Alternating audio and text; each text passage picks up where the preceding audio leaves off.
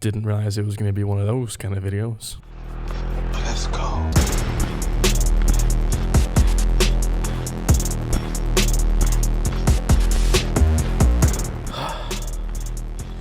.570 Sports this, 570 Sports that.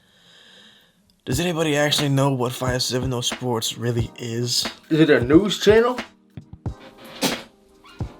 No, not really.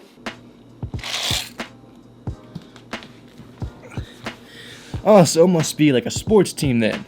And that's technically true, but not quite there. Is it a newspaper? Nah, you're getting colder. What's that? A media company, you say? Bingo! That's what 570 Sports is. So for those of you that don't know, I'm a photographer for 570 Sports. And I'm pretty sure you all know that. That's like the only thing I talk about these days. So I've been working with the owner, Irving, ever since about September of last year. And I've got to say, looking at myself now and comparing myself to how I was then, I've changed so much. I've gotten so much better. And so much of that is because of Irving's willingness to invest in me as a photographer. So today I'm going to be showing you the equipment that I use on a day-to-day basis for 570 Sports. Let's get right into it. So this bad boy, Canon Rebel T6. I got this for my 18th birthday and I didn't show it nearly as much love as I should have.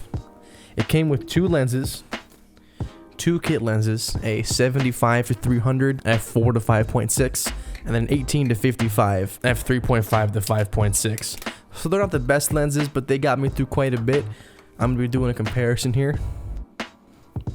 That's how big they are compared to my head. And sure, the camera would come with me on road trips and things like that, but I just never really used it. My parents urged me to start freelancing, but I just kept putting it off and putting it off.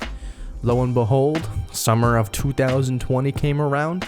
I had nothing better to do. My little brother was playing baseball, so I went out there. I started taking pictures of him, and things were going great. The only problem was he was playing on a very small field, so this lens was perfect for me. But as soon as I started getting gigs with parents, playing for Teener League and high school and all that, I didn't have the same reach. And that is when I invested in my Tamron 18-400. So sure, that was a great zoom range. And at the time I was shooting outside, so I had natural light and everything was great. But by the time September rolled around and I was working with Irving, I was shooting indoor basketball in low light situations and it was terrible in there. My pictures were all noisy, the colors weren't right, the focus seemed to always be off. So I did some research, and for some reason I determined that I needed a camera that had a wider ISO range. I figured, well, my current T6 goes up to 6400. I want something that goes twice the amount of that so I can use the same ISO and have less grain. I thought it was a good idea at the time, and it sounds good on paper, but really that's not how it works. Anyway, I invested in this, my pride and joy, the Canon M6 Mark II. It's a beautiful mirrorless camera. I love it. To this day, it is still my main shooter. I'm shooting video on one now, but this is my photography version of it, and it's been absolutely incredible. It's really good for videos, it's really good for pictures. I love it so much. As you can see, it's much smaller than the T6, and it came with these lenses too that were pretty nice. This one is a 15-45, and this one is an 18-150.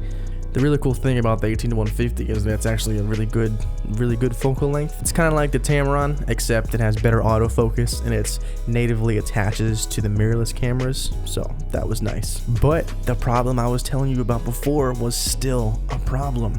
I didn't realize that I needed a wider aperture. I was still such an amateur. So I started doing actual research and talking to people and found out that I kind of made the wrong investment. You see, lenses come out once every maybe 10 years and they're really good, whereas cameras come out generally like once twice a year. There's different versions of cameras that come out multiple times a year, and the reason for that is because the lenses last so much longer and they're built so much better and they're so much more effective than these new cameras. So sure, the camera that I got, the M6 Mark II, had really good autofocus, it had a decent ISO range, good video and all that, everything I was saying before, but it wasn't getting enough light. So I invested in the Nifty 50, which is a tiny lens. It's kind of tied for the 15-45 for the smallest lens. But this has an aperture of 1.8, which is absolutely beautiful in almost every situation. It's so amazing and nice. But I was still doing action photography, and this doesn't have enough reach in it. You know what I mean? It's only 50 millimeters. It's not enough. That's why I made the decision in early January of 2021. A decision that changed my life and could possibly change my career. I invested in the Canon 7200 f2.8. The lens hood off. This is its size.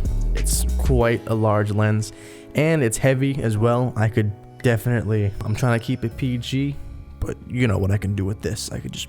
Anyway, the Canon 7200 f2.8 is known as one of the holy trinity of lenses when it comes to photography. Investing in it has easily made my career to this point, there's no doubt about that. If it wasn't for this lens, I wouldn't be where I am today with photography. Anyway, the last lens that I invested in is this Tamron 17-50 f2.8. And my idea was like, okay, I had the telephoto, I had 7200, I was good at that focal range. The next step down from there in the holy trinity of lenses is a 24-70 f2.8, and Canon's version of that is like $1,400. So I was like, nah, I'm not gonna spend that much money. I did some research, and this is what I came up with. Tamron 17-50, it was like $160, and that should have warned me about what I was gonna get.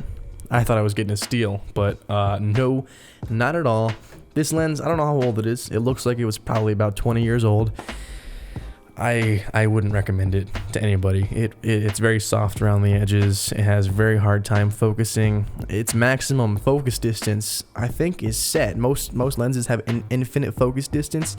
This one can't focus after a certain point, so it kind of becomes useless if you're filming anything far away. So actually what's happening is I'm going to trade in this lens along with the 18-55, the 75-300, the 15-45, and the 18-400. I'm selling all those lenses so I can get a discount off of the Canon 24-70 f2.8, and that's how much this sucks, because I really wanted to use it. I saw the red flags when I started using it in the very beginning, but I said I'm just gonna push through it because I didn't want to have to invest so much money in such an expensive lens, but I said, screw it, I'm going for it.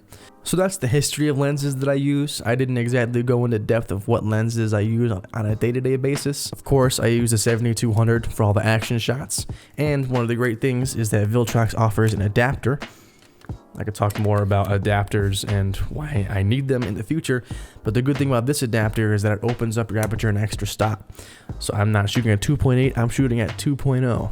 So whether or not that's good or not, who knows? Okay, so what's the takeaway? Obviously that video kind of took a different turn. I showed you all of the different lenses I have, the lineup that I've got, and what I use for 570 Sports. But if there's one thing you should all learn from this video, if you're planning on investing in photography, invest in lenses before you invest in cameras.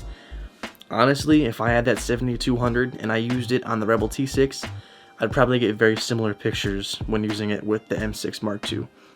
Because that's just how it is. The lenses define photography so much more than the cameras do. That's not to say that you should invest in a good camera, because if you can't take fast enough pictures or whatnot, then you're kind of screwed in that sense. But all I'm saying is, if you're going to put some budget aside, I'd go 70% lenses, 30% cameras, because the lenses are really going to make or break your pictures. So anyway, I hope you enjoyed watching.